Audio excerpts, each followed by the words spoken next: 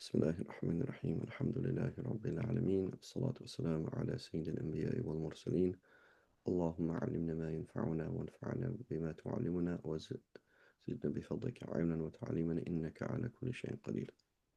Okay.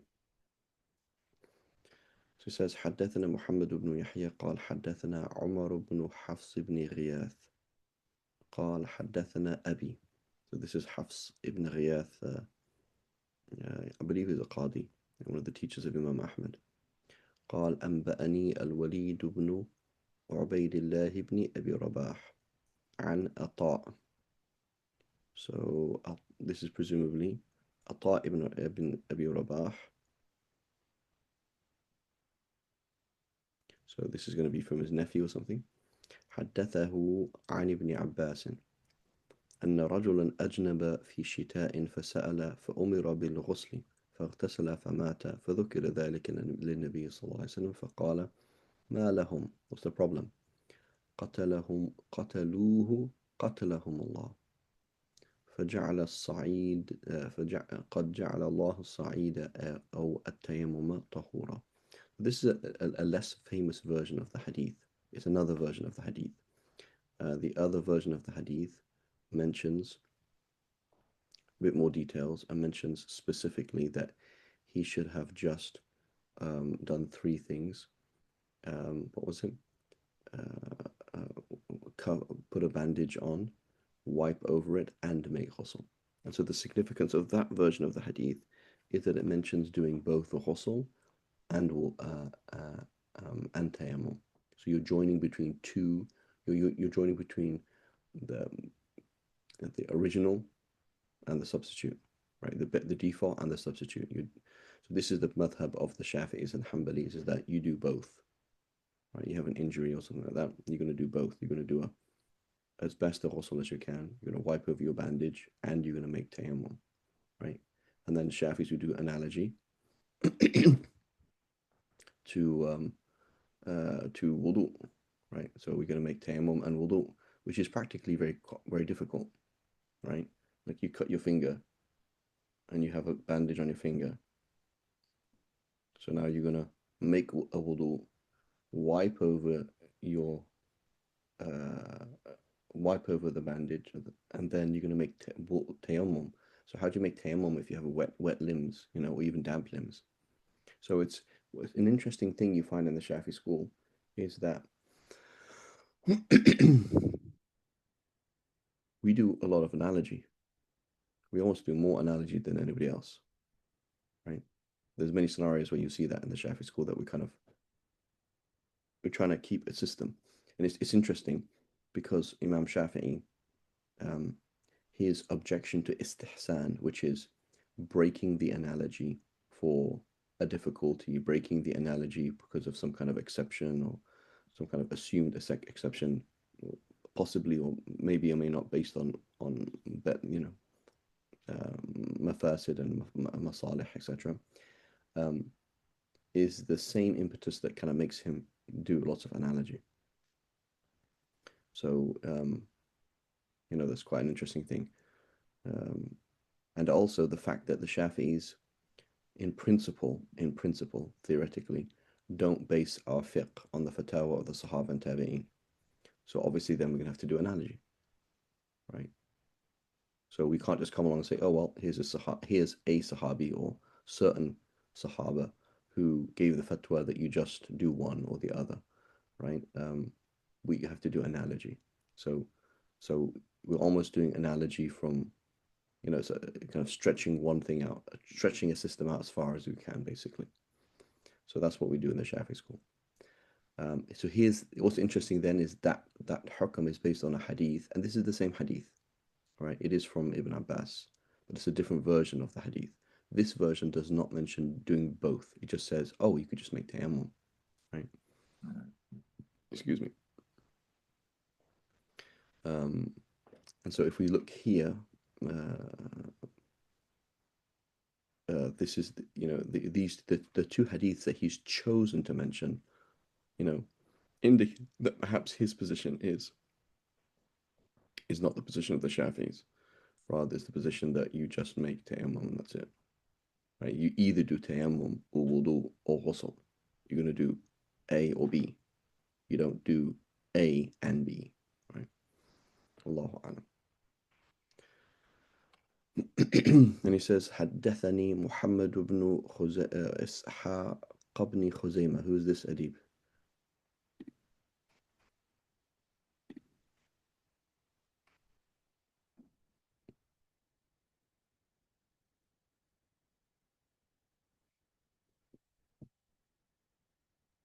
Adib either.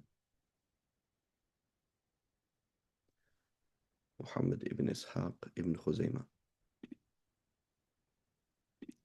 So this is the Ibn Khuzaymah, right? So our Ibn Jarud narrates from him. Ibn Hibban narrates from him. I don't know if he's anywhere else in the 6 books. I'm not sure. This is the author of Sahih Ibn Khuzaymah. So presumably we'd find this same hadith in Ibn Khuzaymah. So he says هذا الحديث من زيادات ابن الجارود على كتب الستة. It's not found in the other 6 books. والحديث أخرجه ابن خزيمة.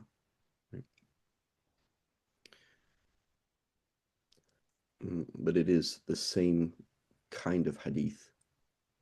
Right, so it says حدثنا محمد بن إسحاق بن خزيمة قال حدثنا يوسف بن موسى قال حدثنا جرير عن عطاء بن السائب عن سعيد بن جبير. So this was عطاء ibn Abi Rabah from Ibn Abbas. This is Sa'id ibn Jubayr from Ibn Abbas. So these are all both Meccan. عن ابن عباس رفعه في قوله وإن كنتم مرضى أو على سفر قال فإذا كانت بالرجل الجراحة an injury في سبيل الله أو القروح injuries أو الجدري some kind of disease فيجنب فيخاف and then he's scared for himself إن اغتسل أن يموت فليتيمم. He should make tayammum. He doesn't say make both. Right, and so I believe the Hanafis, they say basically, how do you choose which one to do? They say, well, if most of your body is is fine, then you just make ghusl or wudu, and if most of the limbs that you're going to wash are not fine, then you just make tayammum, right? This the idea of just doing one is also positioned in the Shafi school. You find ikhtiyarat also in the Shafi school, right, to that effect, that you just do one. In the Tahrir of just trying to think what his name is. One of our ashab, here's a book called a Tahrir. His name is escapes me now. Anyway, so he mentions that the relied upon position is that you just make wudu, right? And in reality, this is again a kind of a theme, right? Is do you join between? Do you do everything you can plus the substitute, or does not work like that? So we say, for example, here that we say there's a weak hadith that is strong enough to apply, which is that the Prophet told them to make ghusl and tayammum. So therefore, you do everything you can plus the substitute. The same discussion comes in. What if I have enough water to wash my face, but that's it? Do I have to wash my face and then make tayammum, or do I just make tayammum? So do you do everything you can plus, or do you just do one or the other, right? And so same discussion, right? So it's in fiqh, the understanding a flow of ideas, right? If the relied upon position here would be this, then the relied upon position there would be that, right? And so this is the asah or al-adhar. The khilaf asah or al-adhar in the Shafi school, the second stronger position is no, you just make wudu, right? And you just wipe over whatever it's just making wudu and wiping over the bandage. Right? So that is also a position in the school. Right? Allahu Akbar.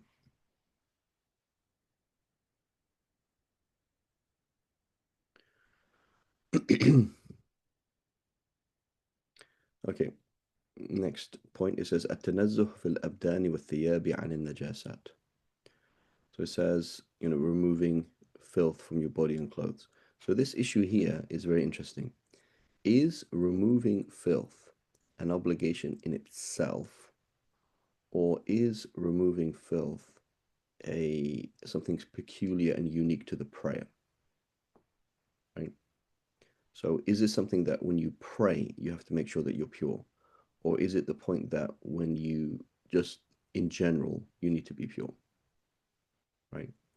If it is unique to the prayer, then physical filth will affect will have an effect on the validity of the prayer because it is peculiar and unique to the prayer, like having wudu. But if it is not unique to the prayer, then it is simply coincides. So this person has vomit all over them and they're praying. So if we say it's an obligation to remove vomit in itself, then it's not going to affect the prayer because these are two separate things. You are simply being sinful for praying for having vomit on you as a separate and independent concept, and that's not related to the prayer. Okay, so this goes back to the whole idea of the command and the prohibition. When you're prohibited to do something that is sinful in that action and outside of that action, then it doesn't affect the action itself, right? Like say lying while fasting. Lying while fasting does not affect the fast because lying is sinful inside the fast and outside the fast. If that makes sense. So it doesn't affect the validity of the fast. Um, Killing somebody, being cruel, arrogance, for example. Feeling a sense of arrogance while praying does not affect the prayer because it's sinful in the prayer and outside the prayer.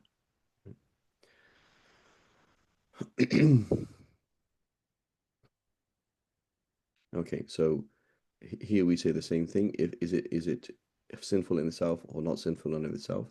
And that's going to have that discussion whether or not it's valid to pray with an najasa on you, right? Which is a discussion in the Maliki school, right? But at least it's a discussion that we could have as Shafis as well. Is that if we say it's sinful to have najasa on you, period, then how do you prove that your body or clothes being pure is a condition of the prayer? Because it's not something unique to that to begin with. Allahu A'lam. Okay. So he says, حدثنا الحسن بن محمد الزعفراني. I think this is al-Za'farani, the student of Imam Shafi'i, al-Za'farani. It would make sense because he is in Iraq with the same teacher as Imam Shafi'i, al-Za'farani.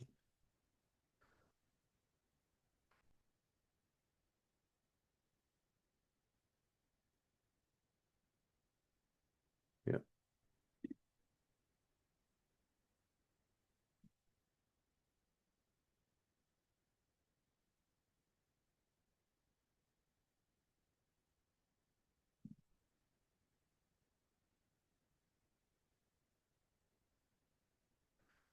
So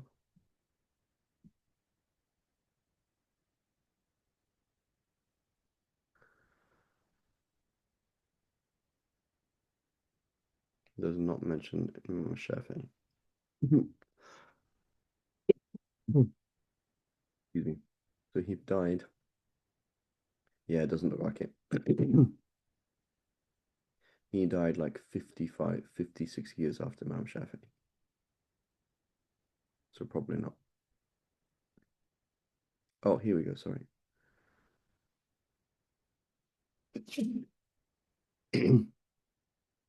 ابن حبان says كان أحمد بن حنبل وأبو ثور يحضران عند الشافعي وكان الحسن بن محمد وهو الذي يتولى القراءة عليه. Yes, he must have been a little kid.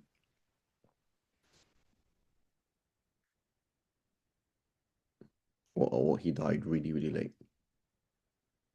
So سمعت زعفرانية يقول قدم علينا الشافعي واجتمعنا إليه فقال التمسوا من يقرأ لكم فلم يجترئ أحد أن يقرأ عليه غيري كنت أحدث القوم كنت أحدث القوم سنا. Yes, he was very young.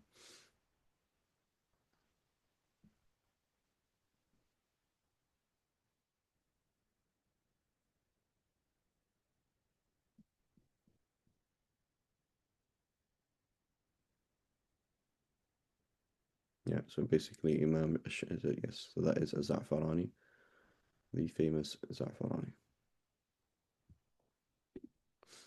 Okay, of the students and of Imam Shafi in Iraq. قال حدثني وكيع قال حدثنا الأعمش قال. So Za'faran made the point. He said, basically Imam Shafi came and everybody was too shy to read. So I read, because I was basically a young gun. And then he says, and now I'm like, oh my God, how did I read in front of Imam Shafi? How was I the person who's reading how did I have the guts to do that? قال حدثنا أعمش قال سمعت مجاهدا. So this is rare. Okay, Ali al-Madini, he mentions that Al-A'mash only narrates about 10 hadiths from Mujahid directly. Otherwise, Al-A'mash is a mudallis, and he frequently narrates from Mujahid tadlisan, right, with a gap in the chain saying an. Okay, and so this is important because it comes in the hadith كن في الدنيا كأنك غريب أو عابر سبيل, right, in that hadith. The version that Imam Bukhari narrates, states that Al-Amash says, I heard, or Mujahid narrated to us. All the other versions state that Amash says from. Okay, and so actually that's actually wrong then, right? So it's either Imam Bukhari made a mistake or Ali Madini made a mistake, even though they are these great Imams. They made a mistake, and it's not Amash directly to Mujahid. Rather, it's Amash via somebody else to Mujahid. And that person perhaps is someone like Layth ibn Abi Sulaim, who is weak. Wallahu a'lam. So that hadith, according to many scholars, كن في الدنيا كأنك غريب وعابر سبيل, it might be Hasan لغيره or Sahih لغيره, but it is not on the level of Bukhari, right? And that Imam Bukhari quoting that hadith in Sahih Bukhari is an error. Right, that's not correct. It's not on that level. And it just shows, subhanAllah, So Ali Madini himself, he's the one who tells us that Al-A'mash only narrates about 10 hadiths directly from Mujahid. And, you would imagine that he's very much aware of these things, and yet he still made that mistake somehow, right? Because nobody is divinely protected from error. Right? Even if you're a great imam, even if you're great this or great that. قال سمعت مجاهدا يحدث عن طاووس عن ابن عباس قال مر رسول الله صلى الله عليه وسلم على قبرين فقال إنهما لا يعذبان وما يعذبان في كبير أما هذا فكان يمشي بالنميمة وأما هذا الآخر فكان لا يستبرئ من بوله ثم دعا بعصيب رطب فشقه باثنين. So it says here عصيب جريدة من النخل وهي السعفة مما لا ينبت عليه الخوص والجمع عصب. Right, so basically if he took a branch of a tree, of a palm tree, so it was still alive, meaning it's still moist, and he broke it in half. فغرس على هذا واحدا وعلى هذا واحدا, and he planted it into the graves. ثم قال لعله أن يخفف عنهما ما لم ييبسا. Right? I hope that it will relieve their punishment as long as they don't dry up. حدثنا محمد بن يحيى. Right? So this is also the concept of, people think everything is shirk. Right? So it's here like the moist branch will stop the punishment of the grave. But yeah. So doesn't that mean there's like somebody is like some kind of system that's more powerful than Allah? It's like no. Right? That's not true. Right? But maybe as long as it's alive, it's doing istighfar for him or something like that. Right? Allahu A'lam. Um, but like many people are extremely sensitive to that. Oh, that's like an intermediary, that's a challenge, that's a this, that's a that. And none of this makes sense. Allahu A'lam. وحدثنا محمد بن يحيى قال حدثنا يعلى بن عبيد قال حدثنا الأعمش عن زيد بن وهب عن عبد الرحمن بن حسنة قال كنت أنا وعمرو بن العاص جالسين فخرج علينا رسول الله صلى الله عليه وسلم وفي يده درقة. I believe a little درقة is a little shield or something like that. فبال وهو جالس فتكلمنا بيننا. Right? Why did the Prophet ﷺ urinate sitting down? Isn't that what girls, women do? فقلنا يبول كما تبول المرأة. Right? So here, obviously you could understand this as istighfaf, as they're mocking the Prophet ﷺ, which would be kufr, right? Or just like, oh my God, isn't that interesting that he urinates sitting down? Like that's what women do, right? Presumably men at that time would not urinate uh, sitting down. فأتانا فقال أوما تدرون ما لقي صاحب بني إسرائيل كان إذا أصابهم بول قرضوه فنهاهم فعذب في قبره. So he says, don't you know what happened to the person of Bani Israel, the individual in Bani Israel? Um, they used to, if urine used to get on their clothes, they used to cut it off. Qarad. They used to cut it off, so i.e. they couldn't wash it off. They had to cut the clothes off. So it was very hard for them, right? If ever you got urine on your clothes, you had to cut that thing off. You couldn't just wash it off. Um, um, فنهاهم, and he stopped them. فعذب في قبره. So here there's various different explanations of this hadith, and I believe this is in Bukhari. Um, but the point is, what's he for nahahum, what from getting urine on them or from doing that, and he was punished in the grave, because of the filth. So, but anyway, the phrase is a bit awkward and difficult to understand, and various different understandings. But the point is that the process I'm saying is, why would you relieve yourself sitting down? Well, because it's less likely for urine to splash onto you, and so and look at how it was for Bani Israel. They had to cut the clothes off if they had urine on them, and so this is a serious thing, right? Um, and having urine on you is a reason to be punished in the grave. Just give me 1 second.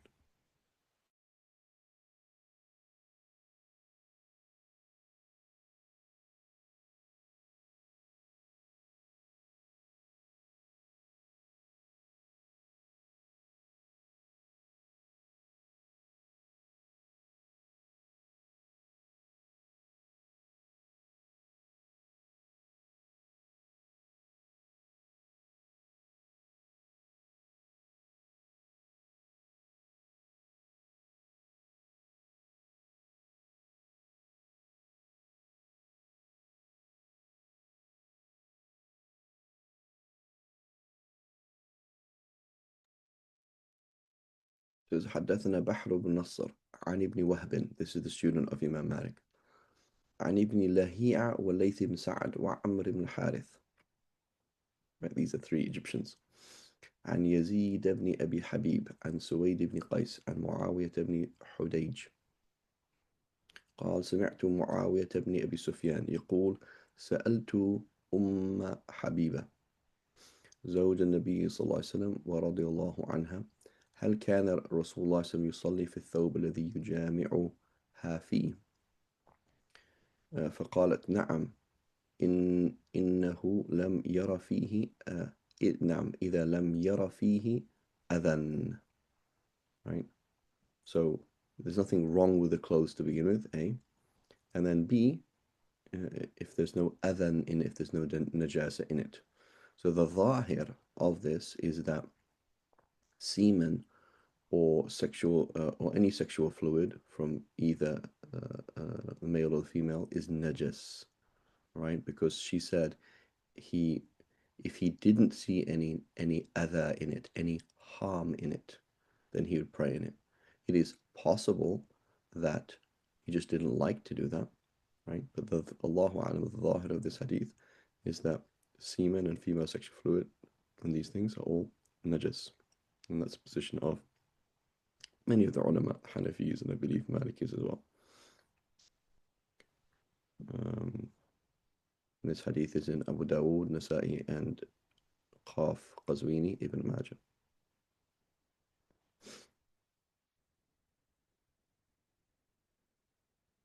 There's other evidence for the Shafi'is and other schools that semen is not filthy. حدثنا ابن المقرئ قال حدثنا سفيان عن أبي إسحاق الشيباني عن عبد الله بن شداد عن ميمونة زوج النبي صلى الله عليه وسلم أن النبي صلى الله عليه وسلم صلى في مرط من صوف وعليها بعضه وهي حائض. So that the Prophet صلى الله عليه وسلم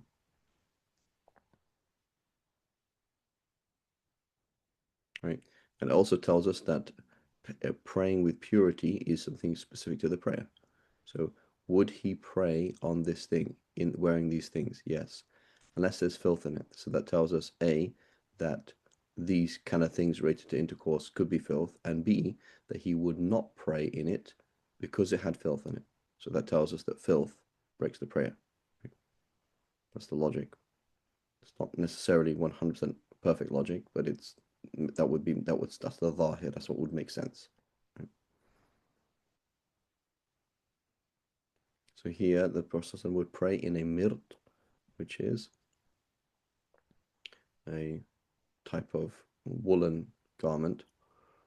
وعليها بعضه.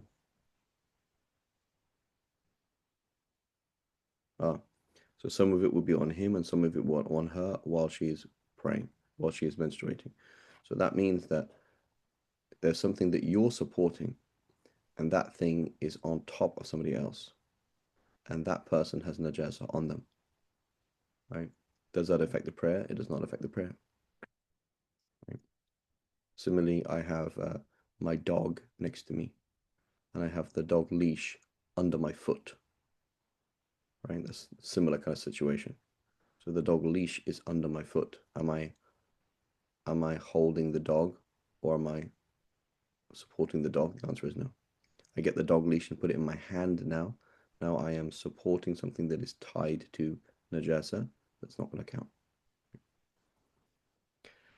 حدثنا محمد بن يحيى قال حدثني عبد الله بن عبد الوهاب الحجبي قال حدثنا خالد بن الحارث قال حدثنا الأشعث عن محمد عن عبد الله بن شقيق العقيلي عن عائشة أنها قالت كان رسول الله صلى الله عليه وسلم لا يصلي في لحف نسائه.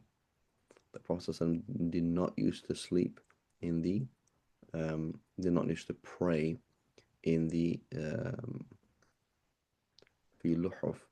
Lihaf is like a duvet. So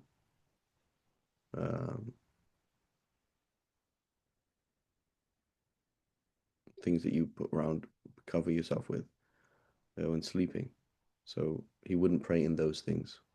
Right? Are they also forms of clothing? I don't know.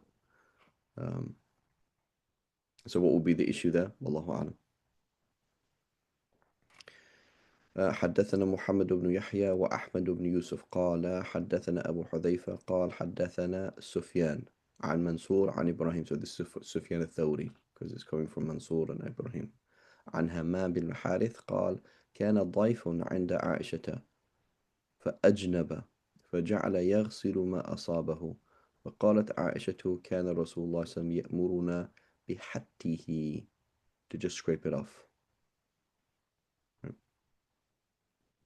Right? It doesn't matter. You don't have to wash it off. You can just scrape it off. So this tells us two things. Either that semen is pure, in which case you don't have to wash it off. Just get take as much as you can off because it's just not very nice. Or that it's filth and you can remove filth by scratching things off, right? That you don't have to wash filth off, right? Allahu a'lam. حدثنا محمد بن يحيى قال حدثنا محمد بن عبد الله الأنصاري قال حدثنا هشام بن حسان عن أبي معشر عن إبراهيم النخعي عن الأسود أن عائشة قالت لقد كنت أفركه من ثوب رسول الله صلى الله عليه وسلم فيصلي فيه. So the same thing. فقلت للأنصاري تعني الجنابة قال فأي شيء. What else does she mean? Right? What else could she have meant? So the point is that Aisha is saying that she used to just scrape it off from the clothes of the Prophet sallallahu alaihi wasallam. Right? So semen then is either A, not filthy, or B, you can remove filth by scratching it off.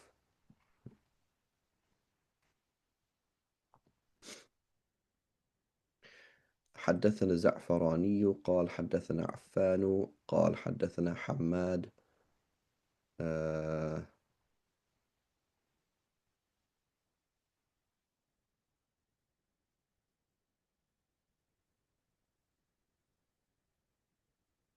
So I'm not quite sure what's happening here. It says حدثنا حماد قال أخبرنا حماد. So I presume this is Hamad ibn Abi Sulaiman, the teacher of Imam Abu Hanifa. So he's a student of Ibrahim an-Nakhai. Allahu a'lam. Could be another Hamad. But I don't know if Hamad ibn Salama and Hamad ibn Hamad ibn Yazid narrate from Ibrahim an-Nakhai. Allahu a'lam. But Hamad ibn Abi Sulaiman, he's the key fiqh student of Ibrahim. عن إبراهيم عن الأسود عن عائشة قالت كنت أفرك المني من ثوب رسول الله صلى الله عليه وسلم ثم يصلي فيه. He used to just scrape it off. Same discussion. So the Hanafis, they say that it means a small amount of filth is excused. You could remove filth in other ways than washing. We say it means it's not filthy. Right?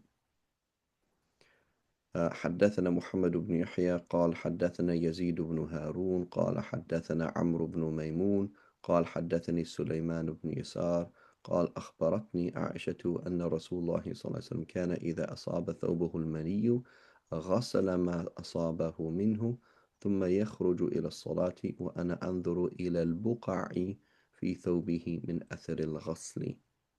Right? He used to wash it. Right? And I used to see the traces that were left over of washing.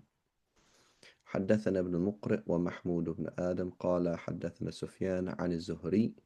So this is Sufyan ibn Uyayna, right? Because he's narrating from Zuhri. عن عبيد الله عن أم قيس قالت دخلت على النبي صلى الله عليه وسلم بابن لي لم يأكل الطعام فبال عليه فدعا بماء فرشه. قال معمر والليث بن سعد وعمرو بن حارث عن الزهري في هذا فنضحه. So this is the concept of al-najasa al-khafifa in the Shafi school, is that you have filth from a baby boy who has not reached 2 lunar years and has not begun to eat solids yet. His urine can just be sprinkled over and does not have to be washed. So you still have to sprinkle over the whole area. But it's just a bit slightly easier. So with washing, the water has to pass over it, whereas here that you just sprinkle water over it. So it's slightly easier than the urine of anybody else. حدثنا ابن المقرئ قال حدثنا سفيان عن هشام بن عروة عن أبيه عن عائشة قالت كان النبي صلى الله عليه وسلم يؤتى بالصبيان يدعو لهم فبال عليه صبي فأتبع الماء بوله. حدثنا محمود بن آدم قال حدثنا سفيان عن الزهري عن سعيد المسيب عن أبي هريرة أن أعرابيا دخل المسجد فصلى فلما فرغ قال اللهم ارحمني ومحمدا ولا ترحم معنا أحدا. فالتفت إليه النبي صلى الله عليه وسلم فقال لقد تحجرت واسعا. فلم يلبث أن بال في المسجد. Right? Not out of just so bala meaning just he did so out of bad adab, right? Not that he's protesting against anything. He's just a Bedouin and doesn't really care. فعجل الناس إليه فنهاهم فقال أهرقوا عليه ذنوبا أي سجلا من ماء, a huge bucket of water, right? So uh, this is not tiled floor. This is a soft earthen floor, sand, the like. So you just pour water over it, and that's all you have to do.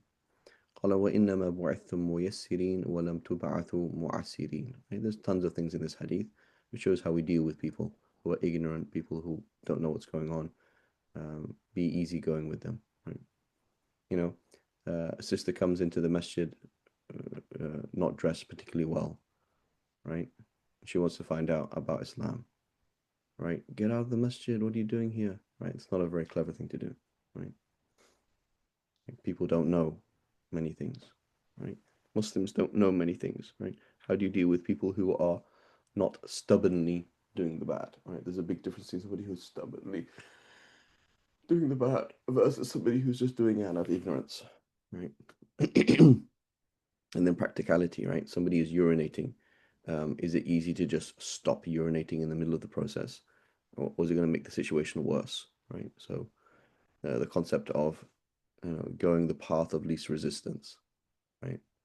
Taking minimum damage control, right? Well, it's already happening anyway, so why don't we just minimize the damage of him moving around or getting najasa on him or whatever it is?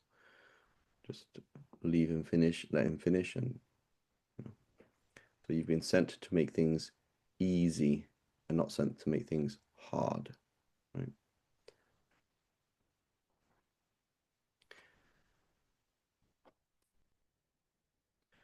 حدثنا يعقوب بن إبراهيم الدورقي قال حدثنا عبد الله بن إدريس قال حدثنا محمد بن عمارة عن محمد بن إبراهيم بن الحارث التيمي عن أم ولد لإبراهيم بن عبد الرحمن بن عوف قالت كنت أطيل ذيلي فأمره بالمكان القذر والمكان النظيف فدخلت على أم سلمة زوج النبي صلى الله عليه وسلم فسألتها عن ذلك فقالت سمعت رسول الله صلى الله عليه وسلم يقول يطهره ما بعده. Right, so you have a veil, your dress, your thobe is touching the floor and there's najasa on the floor, right? And so the Prophet ﷺ said it's okay. The the cleaned ground will purify the the area afterward purified.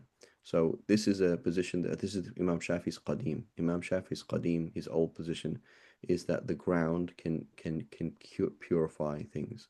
Like you have some najasa on your foot, you can just wipe it on the floor, right? And this position of many of the Sahaba, and I believe it's the Hanafi school, wallahu alam. The jadid is that doesn't work.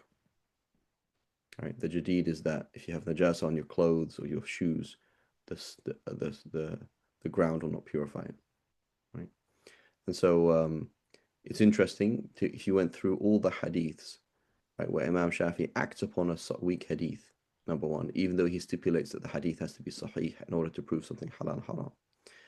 A, or B, that he originally acted upon the outward purport of a sahih hadith and then he rejects it. It's very interesting, right? So that means that it's not such an easy task, right? So Imam Shafi is looking at something that we would imagine would imply X. He says it's true, it does imply X, and then later on says, you know what, it doesn't imply X. So what extra information did he have? It wasn't that he didn't know something, it's that he knew something more. There's a reason why something happened here, right? Something suspicious, something strange, something odd's happening here. There's something that we don't know, right? This is how life is. The default is we don't know what's going on, right? And there's lots of subtle information that takes time to learn, right? So we shouldn't jump the gun and ascribe ourselves or adopt a certain position, but rather we play a game. So, yep, this would seem to make sense, and just leave it like that. You know, there's no harm in adopting a position half-heartedly. Say, I just, that would seem to make sense according to this logic, but you're still playing the game, meaning we're still collecting information, we're still learning the subtleties of this art, right? As opposed to this is right and this is wrong, and these people are right and these people are wrong. It's not like that, right? This is also the ikhtiyar of Imam Nawawi. So Imam Nawawi as an ikhtiyar, not as a tasheeh, right? What does that mean? It means Imam Nawawi said, I acknowledge that Imam Shafi has two opinions, and I acknowledge that there isn't enough evidence to make the Shafi school his old position. So I agree with his old position, but I'm not making that the school, right? Putting words in someone's mouth is very, very difficult. So in the scenario, for example, of the end of Maghrib, when does Maghrib end? That's a different discussion. That's where the evidence in the school, as a school, tells us that Maghrib ends when Isha begins and not when you finish praying Maghrib. So even though Imam Shafi's final position was Maghrib ends when you finish praying Maghrib, that's not the school. So there's a big difference between using the school as a training and having your own opinion that goes against the school versus editing and correcting the school and putting words in the mouth of the school. They're not the same situation. Right? So there's countless scenarios where Imam Nawawi will adopt the Qadim, but not make it the school. And there's a few scenarios, very limited scenarios, where he makes it the school. It's two different things. Does that make sense? Yes. Okay. So he says وحدثنا محمد بن يحيى قال حدثنا أبو داود قال حدثنا زهير وشريك عن عبد الله بن عيسى بن عبد الرحمن بن أبي ليلى عن موسى بن عبد الله بن يزيد عن امرأة من بني عبد الأشهل أنها سألت النبي صلى الله عليه وسلم. So we don't know who she is, and it doesn't matter because she's صحابية. أنها سألت النبي صلى الله عليه وسلم فقالت إن لنا طرقا منتنة فتمطر, right? So this path where there's najasa and it's raining. فقال أليس بعدها طريق أطيب منها؟ قالت بلى. قال فهذا بهذا. Right? This is what this the ba is from مقابلة, right? This one counts for that one, i.e. when you walk on the other one it makes it pure again. Okay, خير إن شاء الله we'll stop here. وصلى الله على سيدنا محمد وعلى آله وصحبه وسلم.